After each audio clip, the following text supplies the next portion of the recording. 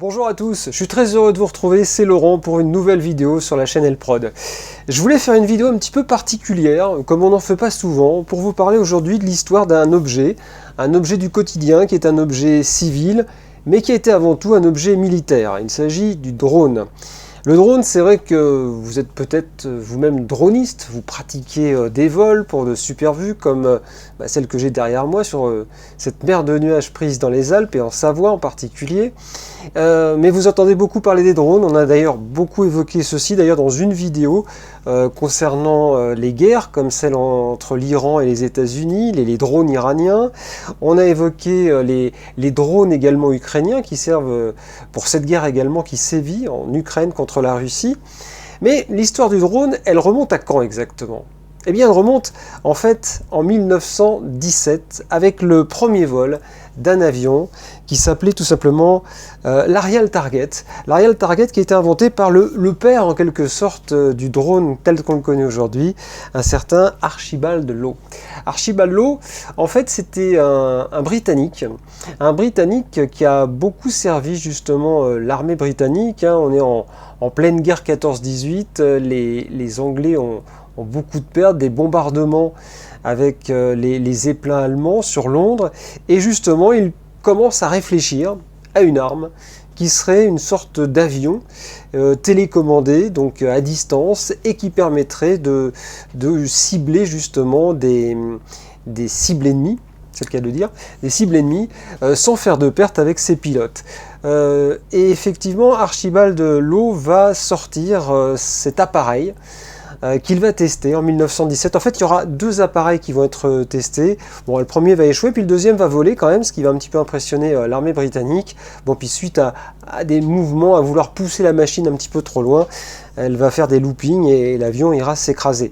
Mais c'est une réussite. On sait maintenant qu'on peut faire voler un avion sans pilote, et ça c'est important. Côté américain, on ne reste pas en reste. Il y a également deux membres Elmer, Ambrose Perry et son fils, Lawrence Perry, qui eux-mêmes vont inventer des systèmes de radiocommande sur les avions.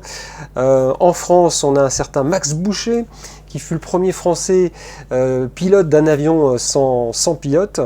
Et puis le drone va beaucoup évoluer donc d'une manière militaire, dans les années 60 jusqu'aux années 80, on va le sophistiquer. Le drone va aussi devenir, et va avoir en tout cas des usages autres que militaires, et heureusement.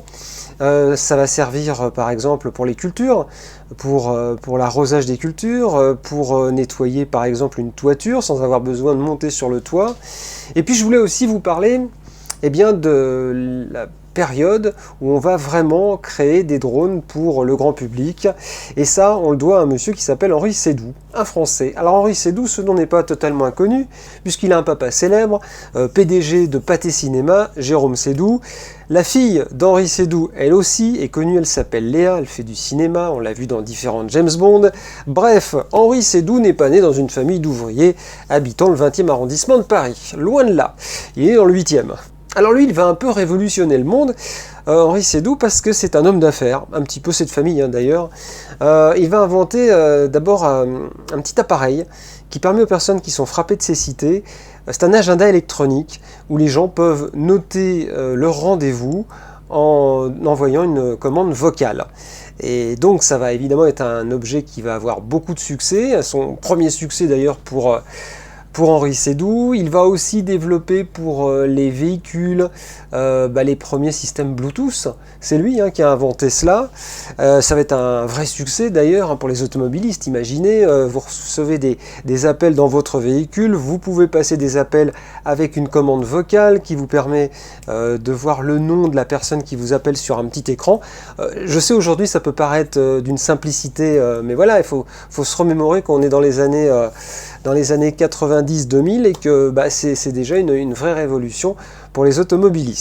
Alors un petit perroquet qui répète, vous voyez, perroquet en anglais ça se dit parrot, et bien voilà, l'entreprise Parrot est née, et donc Henri Seydoux va faire des bénéfices incroyables, ça va être une véritable réussite. Par la suite, il va lancer, il a envie de se diversifier en fait, il a envie entre autres de s'intéresser à un public différent, puisqu'il est très doué en robotique, en tout ce qui est transmission. Il a une ambition, c'est de faire quelque chose qui vole. Et perroquet, on est toujours dans l'esprit répété, mais aussi voler. Et dans un premier temps, il va fabriquer une petite voiture télécommandée, avec justement un système de commande à distance. Et il va la faire tester par son fils, ce prototype. Puis il va s'apercevoir que son fils n'est pas très intéressé par cette voiture. Le gamin, lui, ce qu'il a envie, c'est d'un avion qui vole.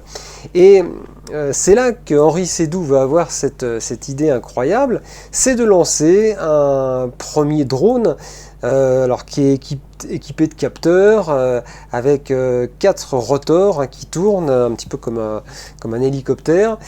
Et ça va avoir là aussi un véritable succès. Là, il a une autonomie de vol de 15 minutes environ, ce premier drone, puisque là, on peut maintenant parler de drone. Ça va être un vrai succès sur le marché. Mais parallèlement à ça, on pourrait penser qu'il va y avoir de la concurrence qui va se créer. On est allé dans les années 2000-2010, on pense que la concurrence va arriver, qu'elle va arriver d'autres pays européens, qu'elle va arriver peut-être des États-Unis forcément, et puis là non, il y a un Chinois. Oui, la concurrence, elle vient de Chine, avec un certain Wang Dao. Ça fait depuis l'âge de 15 ans que ce jeune homme rêve de réaliser son premier drone. C'est ce qu'il va faire avec le Phantom, et il va créer sa marque Dijang Innovation, plus connu sous le nom de DJI. Le Phantom est né, c'est une petite merveille, un petit bijou, des images exceptionnelles pour la qualité, et nous sommes au début des années 2010, on est en 2012, Henri Seydoux ne fait pas trop attention à cette concurrence qui monte, puisque DJI a beaucoup de succès, il va s'en vendre des milliers et des milliers dans le monde. Henri Seydoux va avoir une idée, et il se dit, non, il n'y a pas de souci, tout fonctionne bien, on va créer on va concurrencer en tout cas la marque chinoise avec un nouveau jouet en quelque sorte, c'est l'aile Disco.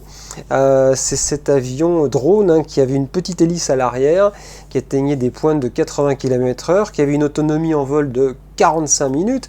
Donc là, on se dit, c'est bon, on tient l'objet qu'il nous faut pour concurrencer les Chinois. Sauf que de son côté, la marque évolue, les DJI sont là aussi très présents sur le marché. Et malheureusement, de nouveaux modèles avec des ailes repliables vont plier l'affaire, c'est le cas de le dire.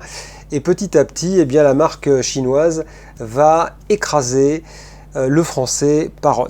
Mais ça, évidemment, là, c'est là que tout le talent d'un homme d'affaires va jouer pour Henri Seydoux, parce qu'il se dit, si les Chinois sont très doués pour faire voler ce type de drone qui ressemble à ses yeux plus à des GoPro volantes qu'à autre chose, Henri Seydoux va jouer le tout pour le tout avec, on va dire, ses économies et en tout cas ce qui lui reste de l'argent gagné avec la marque Parrot.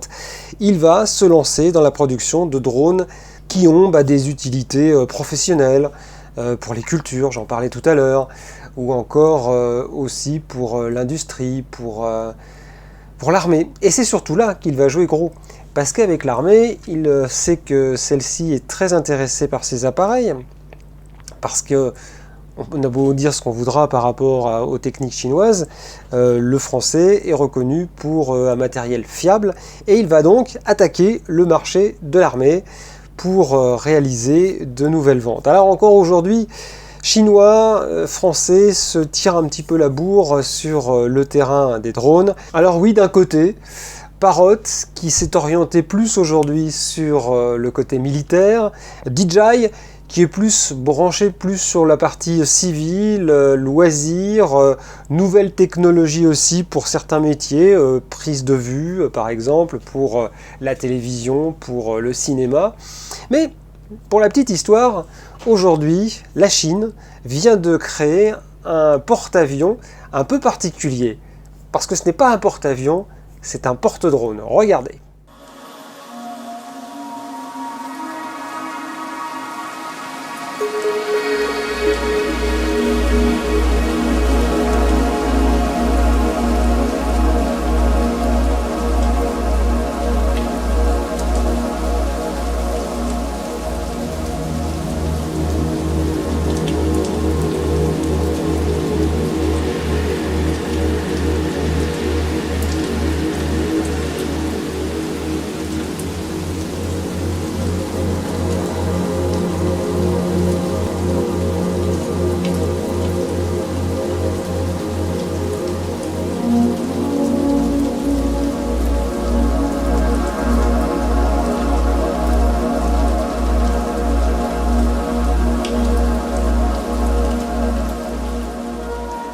Voilà, vous savez à peu près tout sur l'histoire des drones. On aurait pu faire une vidéo qui dure des heures et des heures, mais je voulais qu'on vous donne un petit peu l'essentiel pour avoir les bases de la naissance des drones. On pourrait penser que c'est né dans les années 90, alors que ça remonte beaucoup plus loin. Et l'avenir nous réserve encore bien des surprises.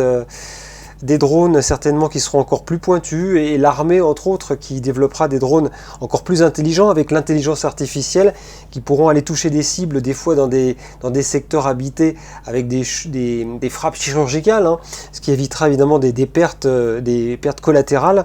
Donc voilà, il y a encore beaucoup de choses à dire dans l'avenir sur ces petits objets volants qui paraissaient si inoffensifs par moment, et puis qui sont malheureusement aussi des armes de guerre. J'espère que vous avez aimé cette vidéo. Si vous vous abonnez à la chaîne Elprod, n'hésitez pas. Vous pouvez mettre aussi un pouce pour aimer cette vidéo. Et puis je vous dis à très bientôt.